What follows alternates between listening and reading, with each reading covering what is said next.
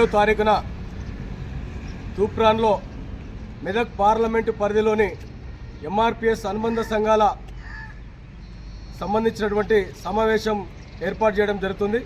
దీనికి ముఖ్య అతిథిగా గౌరవ శ్రీ మందకృష్ణ మాదిగ గారితో పాటు ప్రస్తుత బీజేపీ పార్టీ ఎంపీ అభ్యర్థి గౌరవ శ్రీ రఘునందనరావు గారు కూడా ఇచ్చేయడం జరుగుతూ ఉంది.